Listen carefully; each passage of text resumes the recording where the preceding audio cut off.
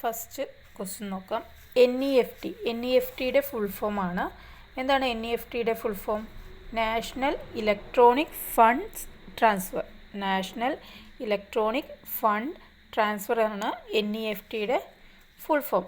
N E F T പറഞ്ഞാൽ എന്താണ്? N E F T is an electronic means to transfer money from one bank to another or within the same branch.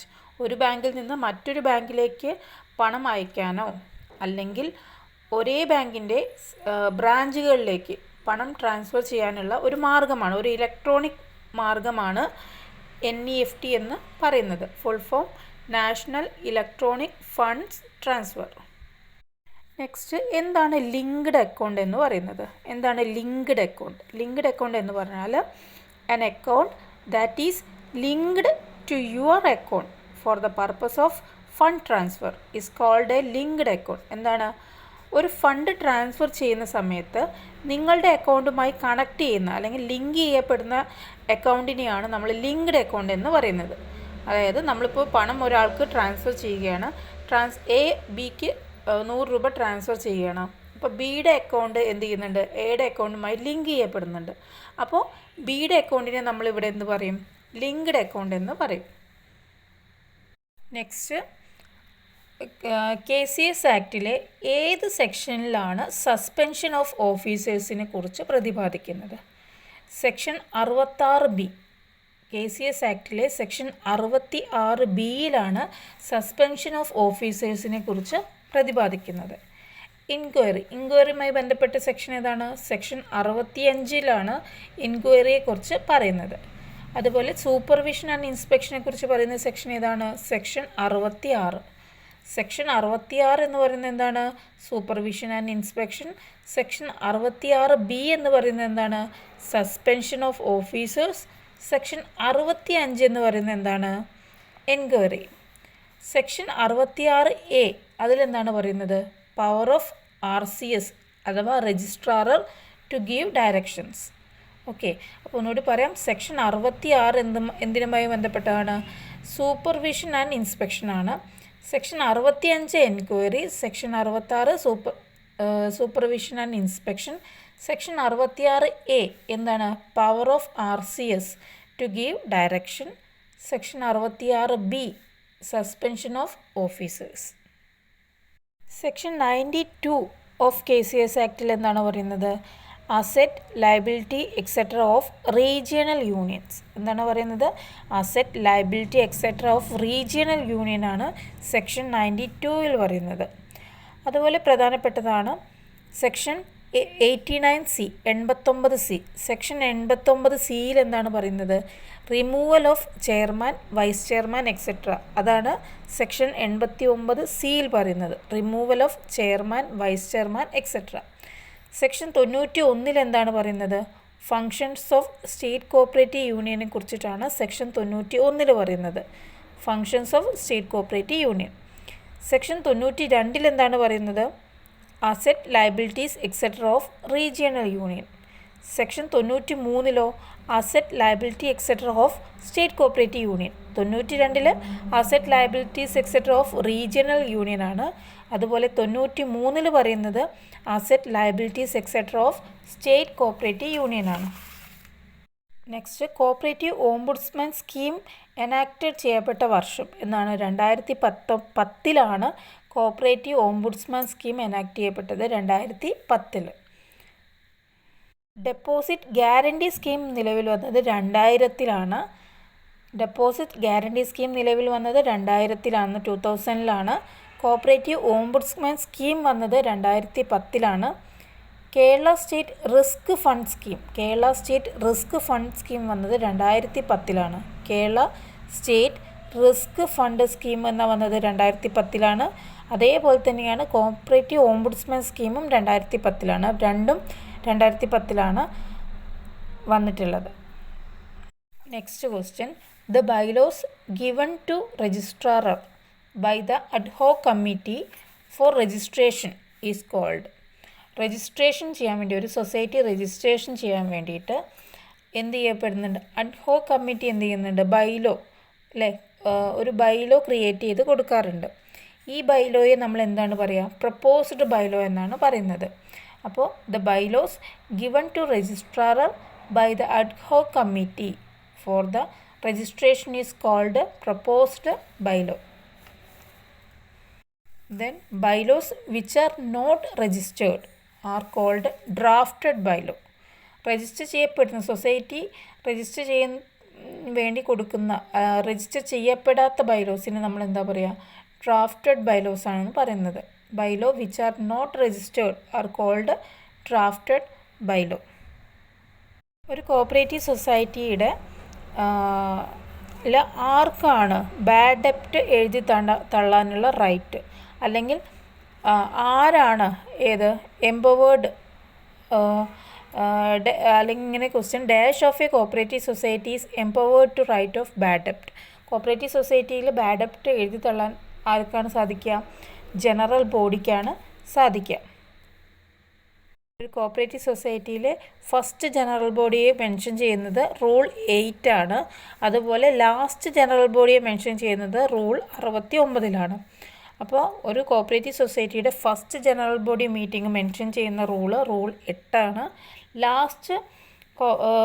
Last general ബോഡിയെ mention ചെയ്യുന്നത് rule 69. Next പറയാം. Used and unused ballot papers are under the safe custody of secretary. നമ്മൾ election കഴിഞ്ഞിട്ടുണ്ടെങ്കിൽ use ചെയ്യപ്പെട്ടതും use ചെയ്യപ്പെടാത്തതുമായിട്ടുള്ള ballot papers ആരാണ് സൂക്ഷിക്കുക? സെക്രട്ടറിയുടെ സേഫ് കസ്റ്റഡിയിലായിരിക്കും അതുണ്ടായിരിക്കുക. Then the secretary shall keep the ballot papers for a period of dash from the date of election. Then election കഴിഞ്ഞിട്ട് എത്ര ദിവസം വരെയാണ് സെക്രട്ടറി ഈ used and unused ballot papers സൂക്ഷിക്കേണ്ടത്? 3 മാസം വരെയാണ് സൂക്ഷിക്കേണ്ടത്. അപ്പോൾ ഇലക്ഷൻ ചെയ്യുന്ന സമയത്ത് യൂസ് ചെയ്യപ്പെട്ടതും യൂസ് ചെയ്യപ്പെടാത്തതുമായുള്ള ബാലറ്റ് പേപ്പേഴ്സ് ആരാണ് സൂക്ഷിക്കുക? സെക്രട്ടറിയാണ് സൂക്ഷിക്കേണ്ടത്. ഇനി എത്ര മാസത്തേക്കാണ് സൂക്ഷിക്കേണ്ടത്? ഇലക്ഷൻ കഴിഞ്ഞ് 3 മാസത്തേക്കാണ് സെക്രട്ടറി അത് സൂക്ഷിച്ചു വെക്കേണ്ടത്. Then ballot papers are printed and issued by electoral officer. Ballot papers print ചെയ്യുന്നതും ഇഷ്യൂ ചെയ്യുന്നതും ആരാണ്? ഇലക്ട്രൽ ഓഫീസറാണ്. ബാലറ്റ് പേപ്പർ ഈ signed and sealed by returning officer. Ballot paper sign ചെയ്യുന്നതും അതുപോലെ സീൽ ചെയ്യുന്നതും ആരാണ്? റിട്ടേണിംഗ് ഓഫീസറാണ്. അതുപോലെ ബാലറ്റ് പേപ്പർ പ്രിൻ്റ് ചെയ്യുന്നതും ഇഷ്യൂ ചെയ്യുന്നതും ഇലക്ട്രൽ ഓഫീസറാണ്. ഇനി നമുക്ക് സൊസൈറ്റികളുടെ ടൈപ്പ് നോക്കാം. മാർക്കറ്റ് ഫെഡ്, റബ്ബർ മാർക്ക്, ഇതൊക്കെ എന്താണ്? അപ്പെക്സ് ലെവൽ മാർക്കറ്റിംഗ് സൊസൈറ്റീസ് ആണ്. മാർക്കറ്റ് ഫെഡ്, റബ്ബർ മാർക്കൊക്കെ എന്താണ്? അപ്പെക്സ് ലെവൽ മാർക്കറ്റിംഗ് സൊസൈറ്റിയാണ്. കേരാഫെഡ് എന്ന് പറയുന്നത് അപ്പെക്സ് ലെവൽ അഗ്രികൾച്ചറൽ പ്രോസസ്സിംഗ് സൊസൈറ്റിയാണ്. കേരാഫെഡ് എന്താണ്? അപ്പെക്സ് ലെവൽ അഗ്രികൾച്ചറൽ പ്രോസസ്സിംഗ് സൊസൈറ്റിയാണ്. Then Texfed, Capex, Serifed. Texfed, Capex, Serifed എന്ന് പറയുന്നത് എന്താണ്? ഇൻഡസ്ട്രിയൽ പ്രോസസ്സിംഗ് സൊസൈറ്റിയാണ്. എന്താണ്? ഇൻഡസ്ട്രിയൽ പ്രോസസ്സിംഗ് സൊസൈറ്റിയാണ്. റബ്കോ, റൈഡ്കോ, ഇത് രണ്ടും എന്താണ്? ഫെഡറൽ ആഗ്രോ ഇൻഡസ്ട്രിയൽ സൊസൈറ്റിയാണ്. എന്താണ്? ഫെഡറൽ ആഗ്രോ ഇൻഡസ്ട്രിയൽ സൊസൈറ്റിയാണ്. മാർക്കറ്റ് ഫെഡ് എന്താണ്? അപ്പെക്സ് ലെവൽ മാർക്കറ്റിംഗ് സൊസൈറ്റിയാണ്. കേരാഫെഡ് എന്താണ്? അപ്പെക്സ് ലെവൽ അഗ്രികൾച്ചർ പ്രോസസ്സിംഗ് സൊസൈറ്റിയാണ്. റബ്ബർ മാർക്ക് എന്ന് പറയുന്നതും apex level marketing സൊസൈറ്റിയാണ്.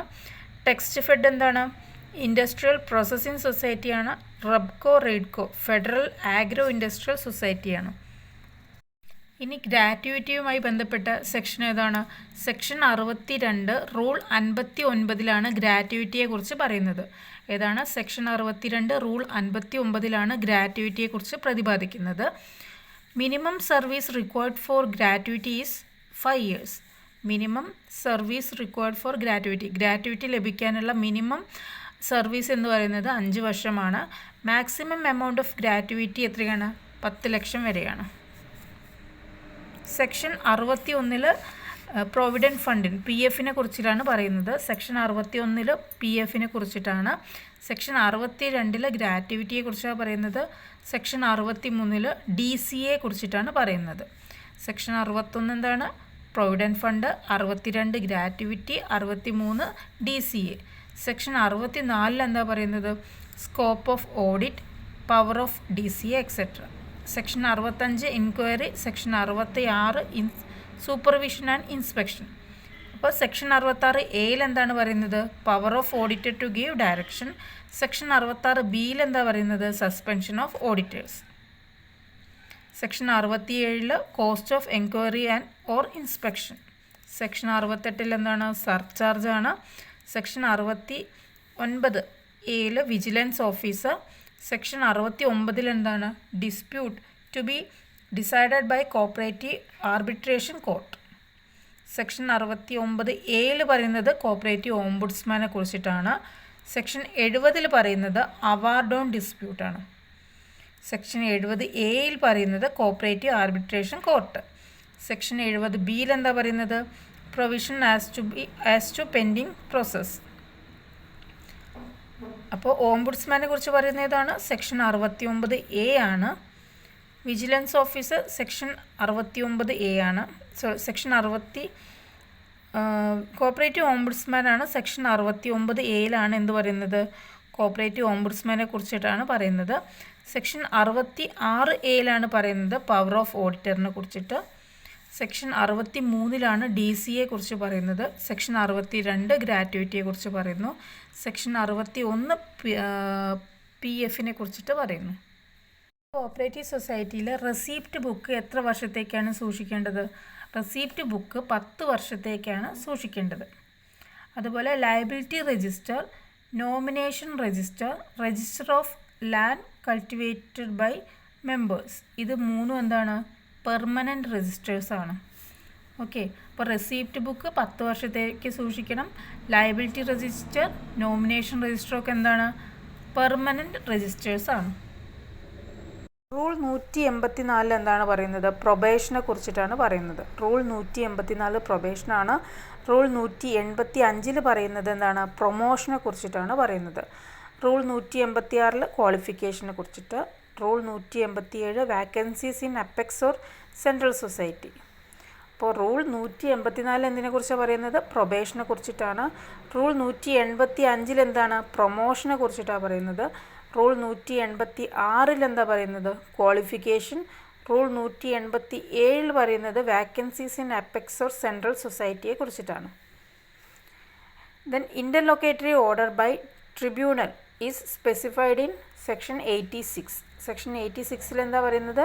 ഇൻ്റർലൊക്കേറ്ററി order by tribunal.